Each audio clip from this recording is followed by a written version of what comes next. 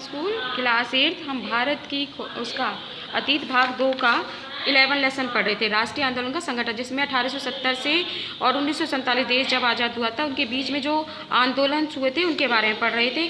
तो जैसे इससे पहले हमने बताया था कि 1885 में देश भर के जो 72 प्रतिनिधियों ने बम्बई में सभा करी थी, जिसमें दादा भाई नौरोजी, फिरोज शाह और ये सब थे। तो इससे 1885 में उसकी इस तरह से एक सभा हुई थी। तो उसमें जिस तरह से एक उभरता हुआ देश जो सामने आया उसके बारे में पढ़ा था। ठीक है, तो आज पढ़ेंगे उभरता हुआ राष्ट्र। अक्सर कहा जाता है कि पिछले 20 सालों में कांग्रेस अपने उद्देश्य और तरीकों के लिहाज से मध्यमार्गी पार्टी थी। इस दौरान कांग्रेस ने सरकार और शासन ने भारतीयों को और ज़्यादा जगह दिए जाने के लिए आवाज़ उठाई थी। कांग्रेस का आग्रह था कि विधान परिषदों में भारतीयों को ज़्यादा से ज़्यादा क्या दी जाए, जगह दी जाए, परिषदों को ज़्यादा अधिकार दिए जाएँ और जिन प्रांतों में परिषद नहीं है उनका क्या किया जाए, गठन किया जाए। कांग्रेस चाहती है कि सरकार में भारतीयों को ऊंचे पद दिए जाएं। ठीक है, सरकार ये चाहती थी। तो उससे क्या होगा कि भाई और शासन की व्यवस्था के भारतीयकरण की मांग नस्लवाद के खिलाफ चल दी जाए। ठीक है, ये कौन चाहते थे?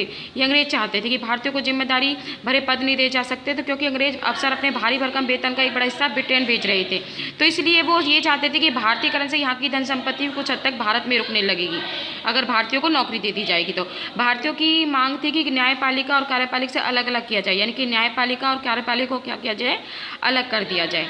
ठीक है, शुरुआती सालों में कांग्रेस ने कई आर्थिक मुद्दे उठाए। उसका कहना था कि भारत में ब्रिटिश शासन की वजह से ही गरीबी और अकाल पड़ रहे हैं। बढ़ते लगान के कारण काश्तकार और जमींदार क्या हो रहे हैं, विपिन हो गए थे। तो उन्होंने अनाजों के भारी निर्यात की वजह से खाद्य पदार्थों का क्या हो गया, अभाव हो गया। तो कांग्रेस की एक मांग थी कि भाई लगान कम तो किया जाए और फौजी खर्चों में भी कटौती की जाए और सिंचाई के लिए ज़्यादा अनुदान दिया जाए।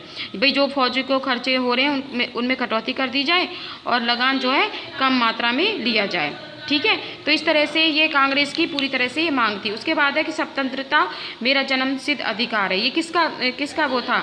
ये था बाल गंगाधर तिलक का एक नारा था कि 1950 के दशक तक बहुत सारे लोग कांग्रेस के राजनीतिक और तरीकों पर सवाल उठने लगे थे।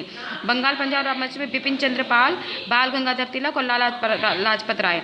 ठीक है, ये तीनों थे जो लाल पाल, ये इन्होंने अनुरूप कार्य किया। उन्होंने निवेदन किया कि भाई राजनीति के लिए नरम पतियों की आलोचना की और आत्मनिर्भरता रचनात्मक कामों के महत्व पर उन्होंने इस बात पर इनकी आलोचना की कि भाई नरम तरीके से हम देश को आज़ाद नहीं करा सकते।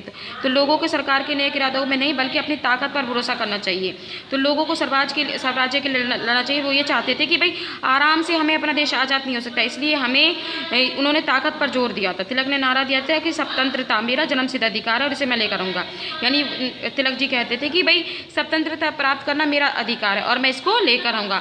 तो 1905 में क्या हुआ था, वायसराय कर्जन ने बंगाल का विभाजन किया था। किसने किया था बंगाल का विभाजन?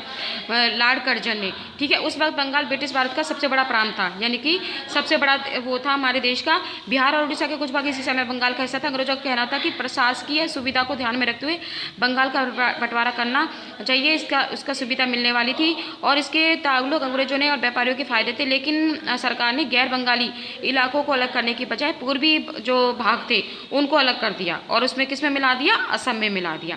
बंगाल के विभाजन से क्या हुआ, पूरे देश में गुस्से की लहर फैल गई क्योंकि उसको भी अलग कर दिया था।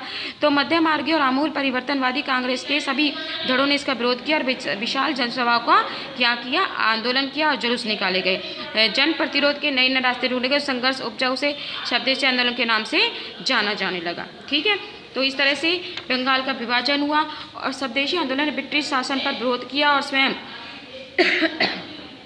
भारतीय भाषा के उपयोग को बढ़ावा दिया। ठीक है, और 20वीं शताब्दी के प्रारंभिक दशकों में क्या हुआ, कई महत्वपूर्ण घटनाएं हुई। जैसे 1906 में मुसलमान जमींदारों और नवाबों के बीच एक समूह ने ढाका में ऑल इंडिया मुस्लिम लीग का गठन किया।